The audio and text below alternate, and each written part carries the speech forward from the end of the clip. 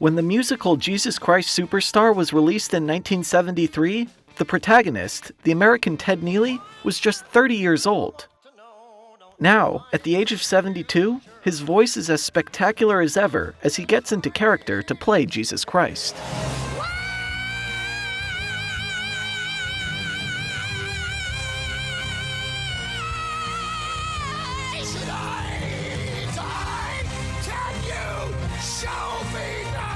It's different every time I get to do it.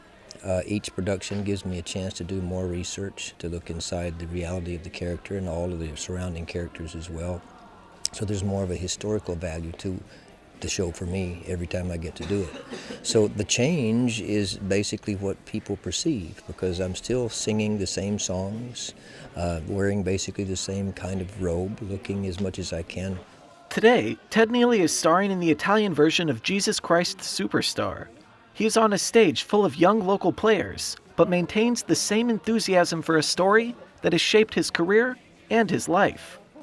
Had it not been for this particular film, which we shot in Israel in 1972, I would not be married to my wife, because we met on the set in Israel. She's one of the dancers in the film.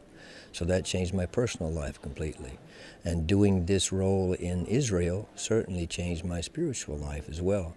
So everything about it is good.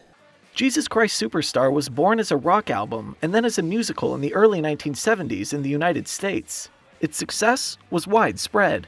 It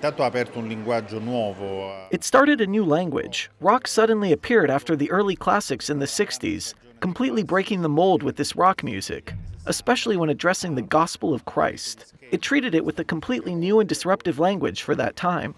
This rock opera recounts the last week of Jesus' life from the perspective of Judas, showing the conflict between the two characters. Although its groundbreaking approach seemed strange at first to the Vatican, the Church accepted it as a different way of capturing the image of Jesus. The musical production was even included in the event programming of the Jubilee of 2000. Now, in another Jubilee year, could this musical production interest the Pope? I do not think Pope Francis will want to watch it. He is very focused on the Jubilee, while being more spiritual, more sober, and clearly he must do the work of the Pope. We play make-believe. It's a very different world. The production, directed by Massimo Romeo Piparo, will be running for 1 week, only at Teatro Sistina in Rome. Next year, this peculiar production is expected to do a European tour.